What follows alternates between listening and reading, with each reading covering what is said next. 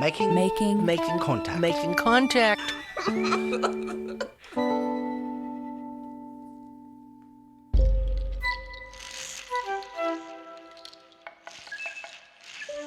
Today on Making Contact, we're going to Mexico, where one organization is tackling racism. We have a saying in the Mexican society that goes, marry a white person to improve the race. In Mexico, it's so normal to say that. The grandmothers say that to the granddaughters, and it's like, you have to find someone whiter. And our producer Anthony Wallace takes us back in time to talk about how lies the Spanish conquistadors told about the Aztecs have led to racist tropes that still affect brown Mexicans today. Once things like this start to get repeated over and over again, even by scholars, it becomes absolute fact, almost impossible to dislodge. Stay with us.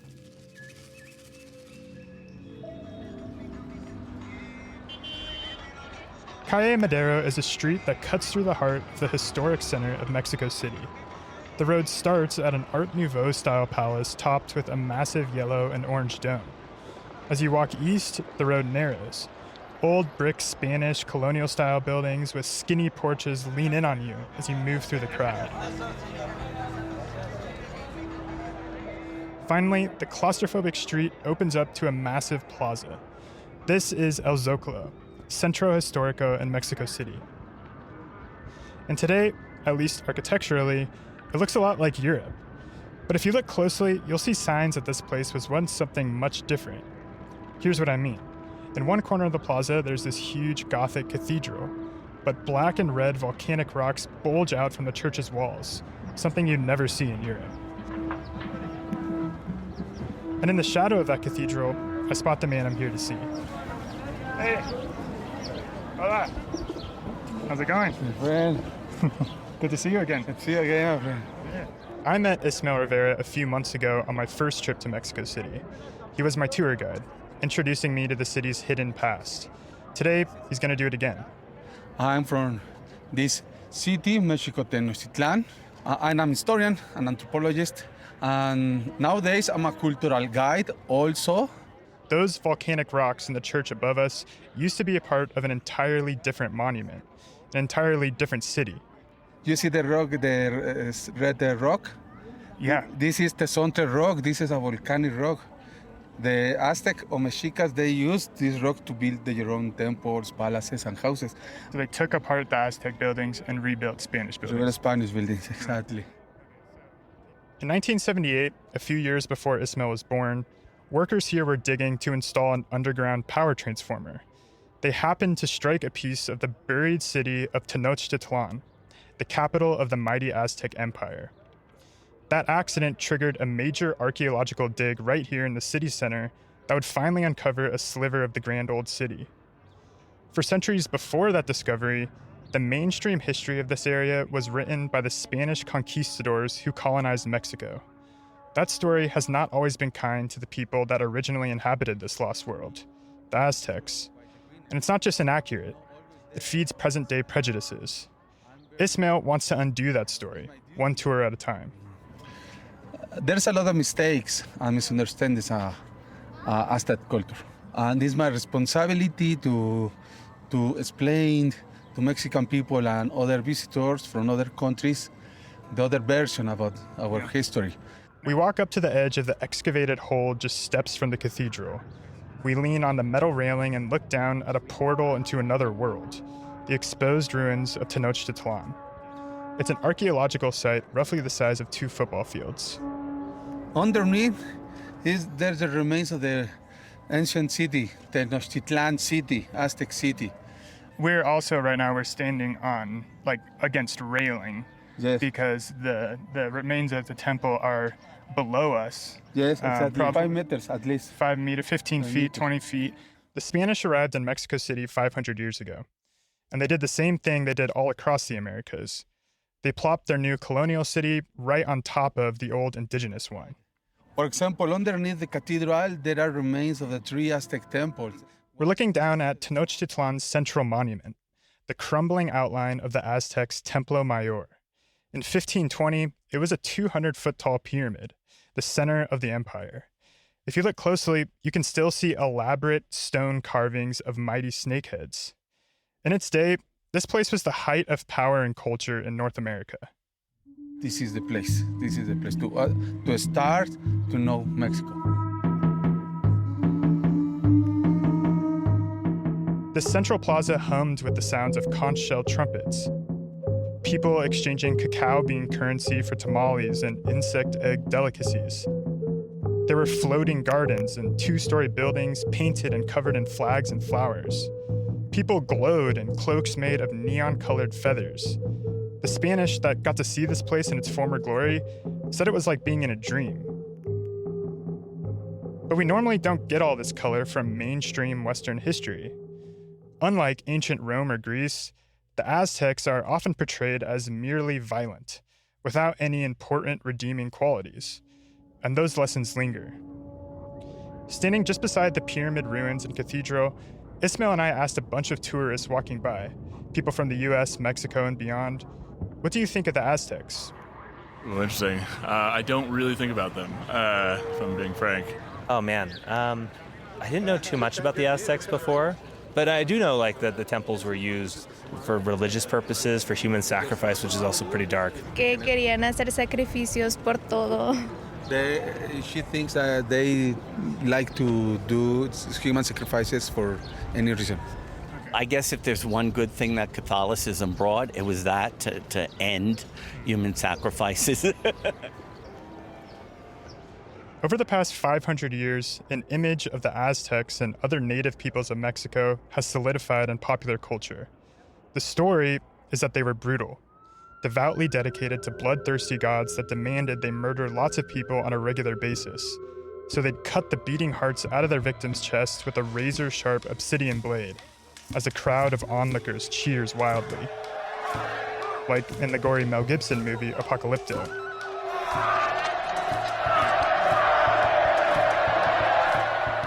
And when the conquistadors came, these violent and bizarrely spiritual Aztecs confused the Spanish newcomers for gods, paving the way to total defeat, like in the animated kids movie, The Road to El Dorado. My lords, I am Zekelkon, your devoted high priest and speaker for the gods. When the Aztecs show up in fiction, they're very often the bad guys. A lot of times, the main character is an innocent outsider from another land or even a time traveler, and they're suddenly subject to sacrifice. Here is your sacrifice, one which will satisfy the gods forever.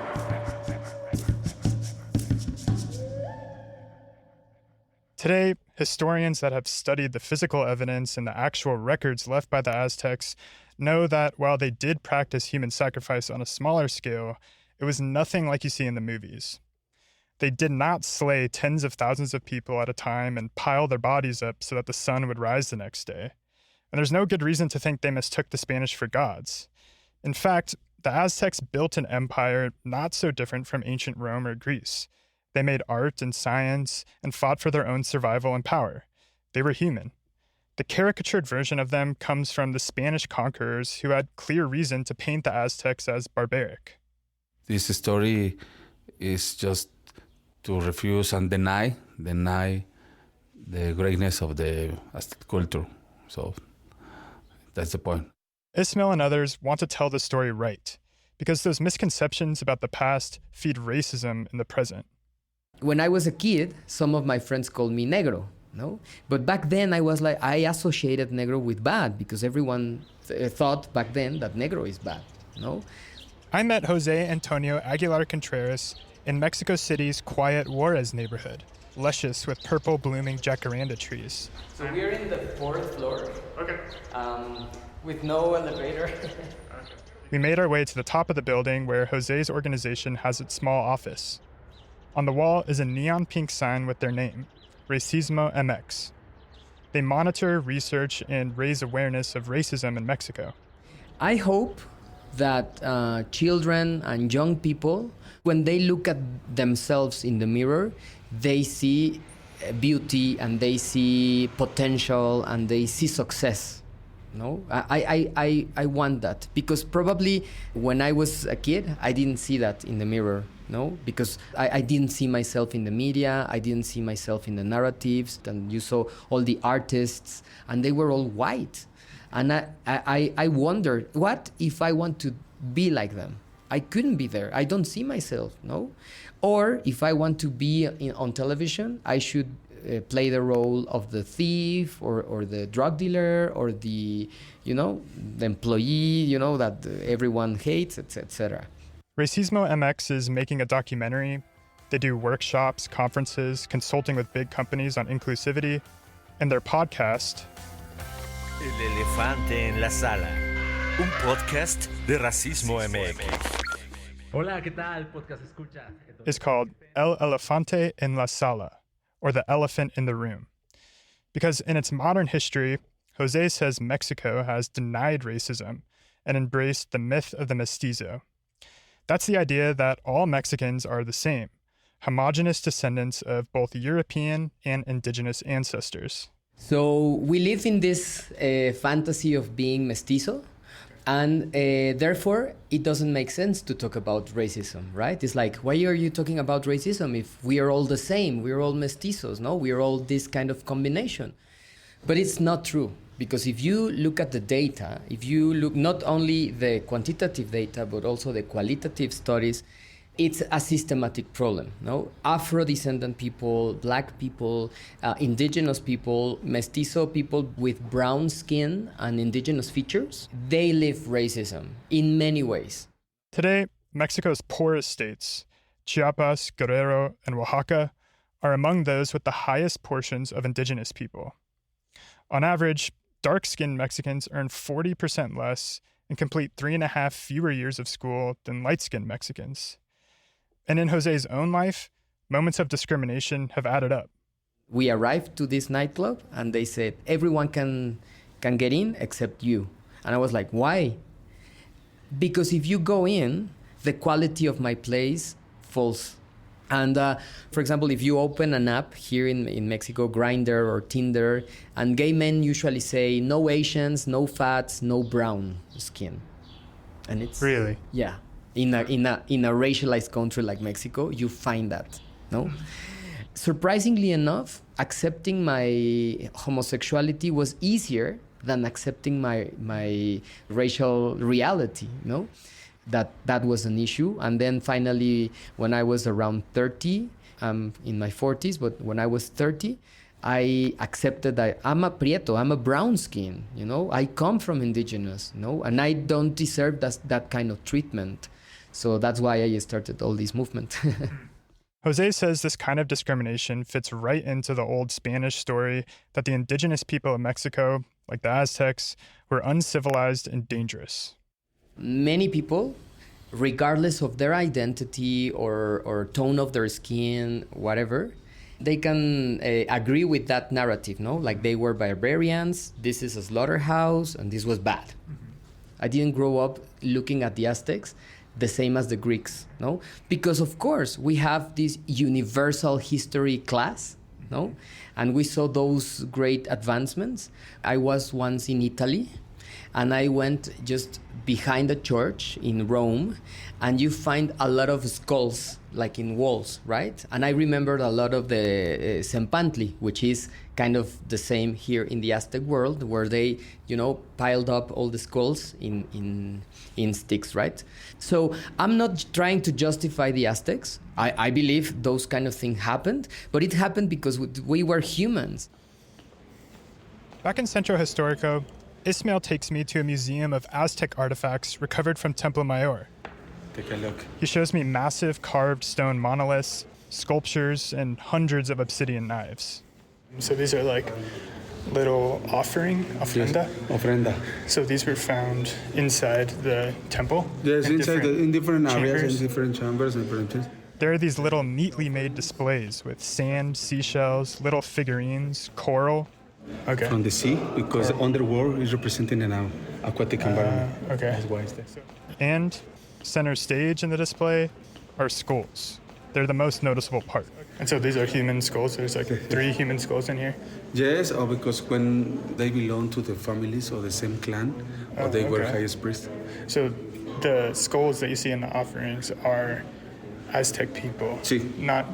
They were not sacrificed. No, they weren't sacrificed. When we saw buried, it was because. So it's like a tomb. Yes, the grave, a tomb. Okay. But when we review the Aztecs, we look at them in the context of the conquest process, right? Do you think that plays a role in this internalized racism, that historical narrative? Yes, of course, I believe that. I believe that, especially for people in Mexico City, which is the most populated city in the country. Of course, we have that sentiment, that feeling kind of defeat, right? So yes, I believe that. Jose thinks undoing that Eurocentric story could be part of the solution to the problems his group's working on. You say part of the process is providing a more nuanced history. How do you go about that? Look at it with different lenses. One of them is not creating this narrative of good and bad, no? And this kind of dichotomic narrative, like they were the goods, we were the bads, or the opposite, because the opposite also happens, no? I have found people that say, well, the Aztecs were like the top of the world. And actually, no, of course they weren't perfect. And I don't like to romanticize, this kind of empires. They were what they were. I think that the more we see the human with all their nuances and their contexts, the better we have an understanding of the past and of the future, and of course, the present. And in the present, Racismo MX is busting the myths of the barbaric Aztecs and the Mestizo with a program nicknamed YALP, Y-A-L-P. The Young Anti-Racist Leadership Project, and we picked 10 young people around Mexico to come to Mexico City, and they have top-notch classes with historians, economists, and people that lead the anti-racist movement in Mexico. We are creating leaders that I think the anti-racist movement in Mexico need now. So this area where we are now used to be the ceremonial center. Oh, so that big thing was one of the schools? Yes, the building we're seeing. Which one? Calmecac. Calmecac is where they learn science and arts. Okay, well. Medicine, philosophy, history, laws. Do you think it's getting better? Like, do you think that more people are starting to understand the truth and how advanced the Aztecs were, and not just this? Yes, most Mexican people, they start to feel more proud. In general, the population, yes. I think so, yes. In those conversations with people by Templo Mayor, we could tell that after seeing the ruins, a fuller picture of the Aztecs was hitting some of them. But to me, it just amazes me that this whole thing was canals before and pyramids. It's just like mind-boggling. Yeah, a giant lake. I just hadn't given it much thought. I'm like, okay, there are some folks here that used to sacrifice people, but this gives me a much deeper appreciation for things. Yeah. Do you feel proud? Yes. Okay. Yes. Every time I come to Mexico City, I feel like those chills in my skin, because I know I'm back to a place where everything started. Yeah. I never felt like I'm home in Los Angeles, but here, yes. As soon as I landed here, I'm like, I'm back home.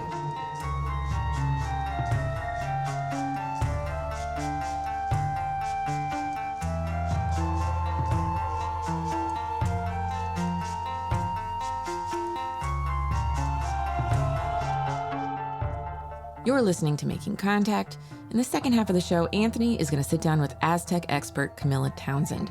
Settle in, you history buffs. Townsend is going to unravel some of the biggest lies about the Aztecs and let us in on what was actually going down in Tenochtitlan.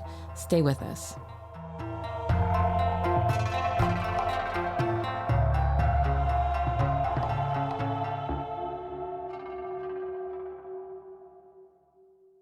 When I saw Camilla Townsend's TED Talk about the Aztecs, I knew I had to talk to her. It's called We Should Change Our Minds About the World's Villains. She's a history professor at Rutgers University, and her recent book is called Fifth Sun, A New History of the Aztecs. It's a new history because it's not based on the Spanish stories. She studied the Aztecs' language, Nahuatl, and read their own accounts. And when you do that, a much different picture of the Aztecs emerges, especially when it comes to human sacrifice. Probably the most important thing that needs to be said is that although it did happen, it didn't happen in the way or to the extent that we tend to understand. There's a sort of mythical understanding that hundreds or even thousands of people would be killed at a time. Heads are supposed to have been just rolling down the pyramids. One Spanish source from the 1500s said the Aztecs sacrificed over 80,000 people in a 4-day period for the inauguration of Templo Mayor. This is almost certainly not true, but people are still citing this source, including a 2011 nonfiction book titled The Great Big Book of Horrible Things. It claims the Aztecs sacrificed over 1 million people. Again, not likely. But the book was accepted and celebrated by the public and some academics. The New York Times wrote a review. The thing is, figuring out just how many people the Aztecs killed in this way is very difficult, like solving a 500-year-old crime. But there are clues, like the physical evidence, actual skulls in the ground. For a long time, people had been surprised that in the temple precinct there in central Mexico City, only about 400 skulls had been found. This did not make sense given what we thought. But then in 2015, the Tzompantli, or the skull rack, the Hueyi Tzompantli, the great skull rack, was found. And everybody thought, okay, now we're going to find the thousands and thousands of skulls. Archaeologists carefully remove a human skull from an ancient Aztec site beneath Mexico City. It's just one of hundreds in what's been described as a tower of human skulls inside one of the main temples of the Aztec capital. But the fabled skull rack turned out to have just a few hundred skulls. If the Aztecs were butchering 80,000 people in a weekend, where were all their bones? And there's more evidence. In an original Nahuatl manuscript at a library in Paris, Townsend found an Aztec-written record of the events of a huge once-in-a-lifetime type sacrifice ceremony. That was a big celebration for them, kind of like the end of a century. And they went to the 3 most powerful kings, and 2 of the 3 agreed to come up with 20 captives each to mark this great celebration. These captives would then be sacrificed.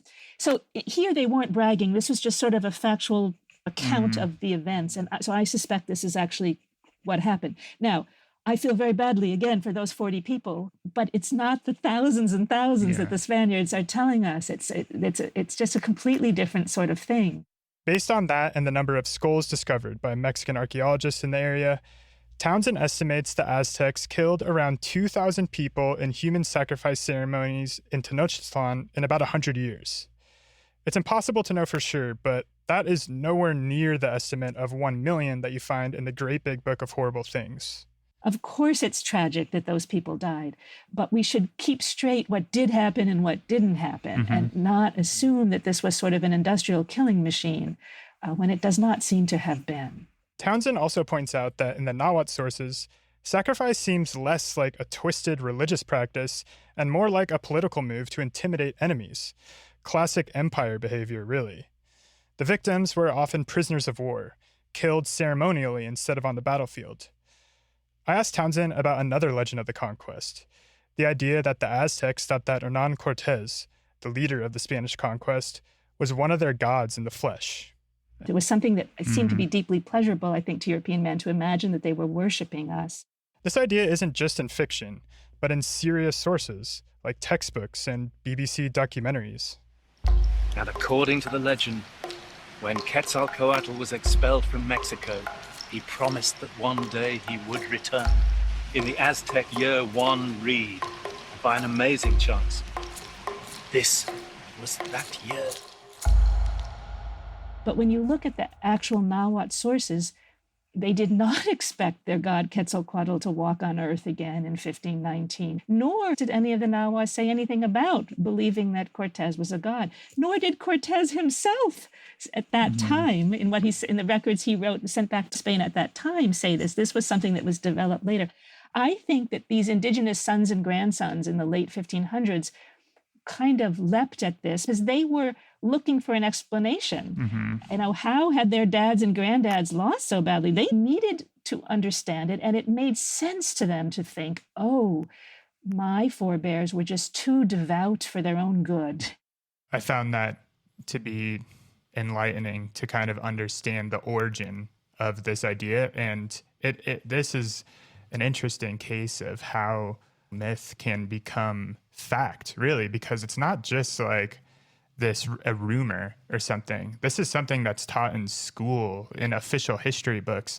Exactly. Once things like this start to get repeated over and over again, even by scholars, as you say, it becomes absolute fact, almost impossible to dislodge. Unfortunately, scholars have started to cite each other rather than cite the original Nahuatl sources. And I think that's what we have to get down to business and doing more of. The Nahuatl sources don't just refute old Spanish myths. They bring the Aztec world to life. The Aztecs were proud of their culture, technology, and city, one of the most spectacular in the world at the time. Mexico City, or Tenochtitlan as it was called then, was known really far and wide for being particularly beautiful. The city was carefully planned, built in the middle of a great, now dried lake. There were wide central roads and artificial islands constructed to be floating gardens. You could hear music. The call to prayer, so to speak, was done through conch shells, which were used like trumpets. It's a kind of very haunting music. They all had birds, beautiful caged songbirds. There were colorful flags everywhere. There were libraries and schools, and even a zoo with jaguars and exotic reptiles. There was a huge market that actually, I believe this is true, put to shame most of the markets of Europe. And there was even a section where you could get lunch. I mean, in effect, fast food. It had everything from obsidian mirrors to rubber balls to barbers cutting hair. The Aztecs drank hot chocolate with honey and rose. They ate lobster, spicy tomato sauces, and lots of tortillas. Of course, all that's lost when the Aztecs are reduced to brutes in the Eurocentric version of their history. In that skewed version of the story, the Aztecs seem so strange and violent that they really don't seem human anymore. That idea has consequences in Mexico, as we heard from Jose, but it's also worked as powerful propaganda in the US. It started in a big way in this country a long time ago during the Mexican-American War. They actually distributed to soldiers a book called History of the Conquest of Mexico. And the soldiers in their diaries, some of them compared themselves, just as it had been necessary for Cortez and his men to bring down the evil Aztecs, it was now necessary for them to bring down the evil Mexican general Santa Anna. And this may seem like it's a long time ago, but this story got repeated for generations. This book by William Prescott was well loved for a long time. It's still in print. These ideas are also recognizable in more recent political rhetoric about the character of immigrants from Mexico.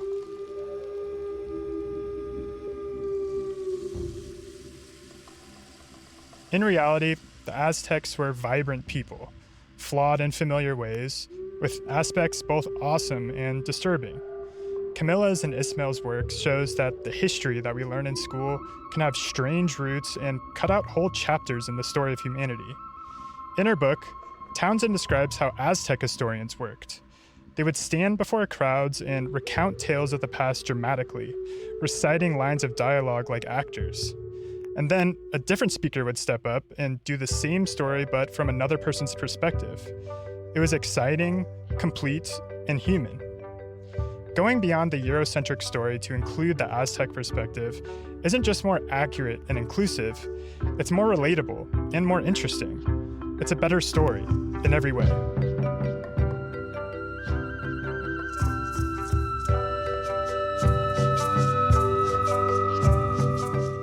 I'm Amy Gastelum. Thanks for listening to Making Contact. We'll see you next week.